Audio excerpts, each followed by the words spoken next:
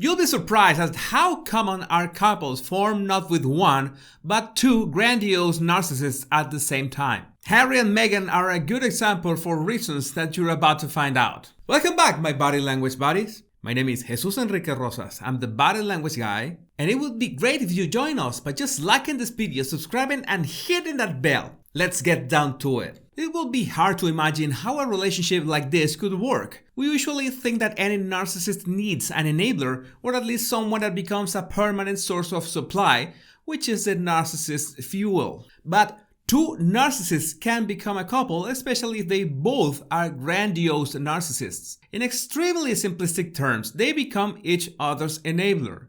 And no, there is still no empathy in a relationship like this. They don't actually care about one another beyond the fact that they understand each other perfectly. And it works for some time because their source of supply, the attention and popularity that they want, resides outside the couple. In the case of Harry and Meghan, they noticed that once they got the public attention, that was something that they absolutely wanted to repeat over and over again. Now, don't get me wrong, a relationship between two grandiose narcissists is still dysfunctional. If there is no empathy, there will be absolutely no regard for each other's emotions.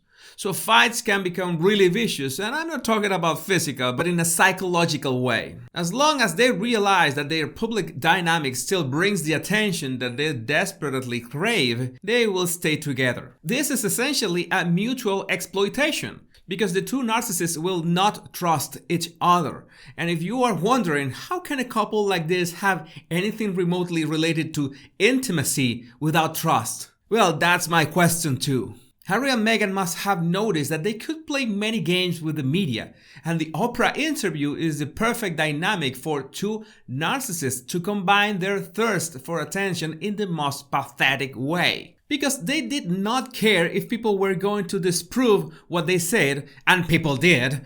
And they did not care if they would look hypercritical, and they did.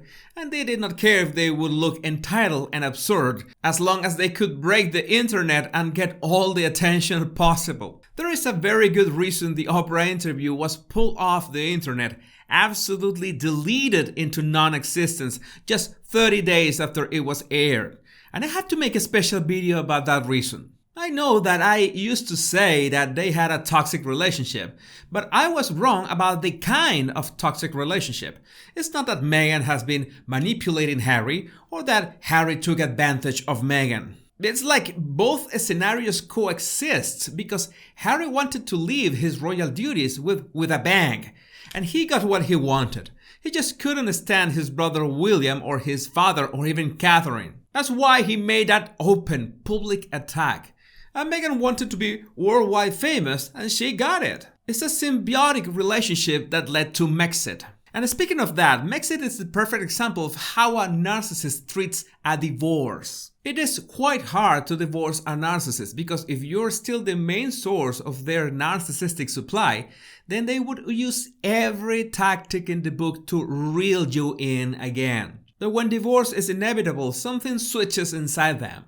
They're going to use it in the most spectacular way possible to victimize themselves. Megxit is a perfect example of a narcissistic divorce, because the narcissist, or in this case the narcissistic couple, is going to play every possible card to smear you, in this case the royal family. And again, the Oprah interview portrays exactly how a narcissist puts you in a situation which, if you don't defend yourself or don't argue with their toxic claims, then you're seen as like you're accepting or agreeing with whatever they say about you. And if you answer or make a statement about how their claims are false, you will feel like you're being forced into clearing yourself, even if you're absolutely sure you don't need to clear anything. That must be one of the reasons Oprah no longer wants to be associated with them, because they use her. They use her platform for a vicious attack, just like a narcissist attacks their spouse publicly to humiliate them while presenting themselves as victims, trying to convince the world that you're insane.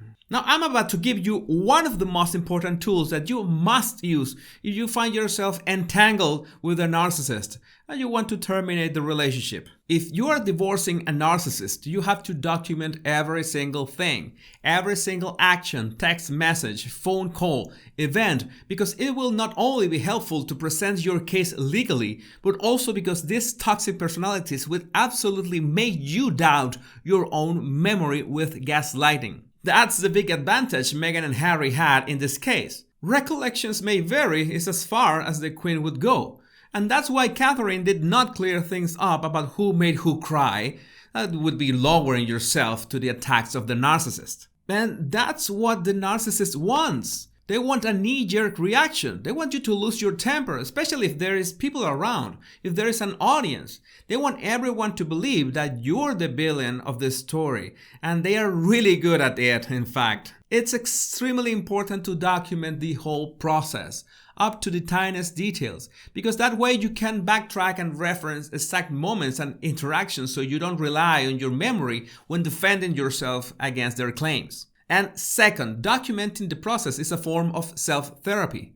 Just trying to deal with a narcissist, let alone divorcing them, is going to leave you disoriented and confused about yourself, about your own value, and undermine your relationships. And I mean any kind of relationship, unless, of course, you make your own map to navigate, documenting everything with the help of a counselor or therapist. But again, I cannot stress you enough how important it is to document everything. Now, you might have a question about this too, just out of curiosity and not because you actually care. Do these kind of relationships last? The answer, again, is not that simple, but as long both keep getting whatever supply they get from other people and don't mind enabling each other, it can last years. Provided, of course, that there are no obstacles and frictions such as finances. Because if a healthy couple that feels empathy for each other and build a relationship on trust and respect could have real trouble in case of financial hardships, then you can imagine how toxic can it get if there is absolutely no empathy and no trust, because they will be constantly looking over their shoulder and blaming each other. Yes, that is a really miserable way to live, and the worst part if they have children. Because no matter if a child becomes the scapegoat or the one that gets the blame for everything, or the golden child that is the one that gets all the praise, they will feel like aliens compared with other children and their healthy families. But if you ask me specifically about Meghan and Harry, there is one thing for certain. Nobody can go through life using and discarding people for too long and in such a public fashion like this too. Because there comes a time when the public just gets bored with them.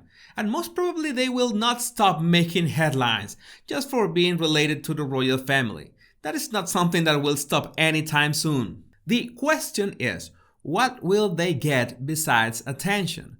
And attention could be capitalized as many influencers do. But for that, you have to make it a business. And any business needs collaboration and cooperation and trust between the partners. If there is no empathy as a couple, there will not be as business partners either. That's why when there were rumors that Meghan and Harry would split their brands to be more independent from one another, I said that this was a great idea. And now you can see the problem for yourself. They brought all this attention to themselves because they complemented their victimhoods perfectly. Would it keep working if they separate their brands? Well, let's make a very simple and fun exercise. Imagine that you separate them and you stop seeing Meghan and Harry or Harry and Meghan everywhere. When you separate them, their victimhood loses its grip because you break the symbiotic relationship. The big question is, which value remains after that? What are they really bringing to the table? What is the substance behind all this attention grabbing? I'm sure you can come up with a really good answer in the comments. If you want to refine your observation skills, all you have to do is download my 100 body language tips right in the description of this video. My name is Jesus Enrique Rosas and it will always be a pleasure, my body language buddies. Much love and bliss.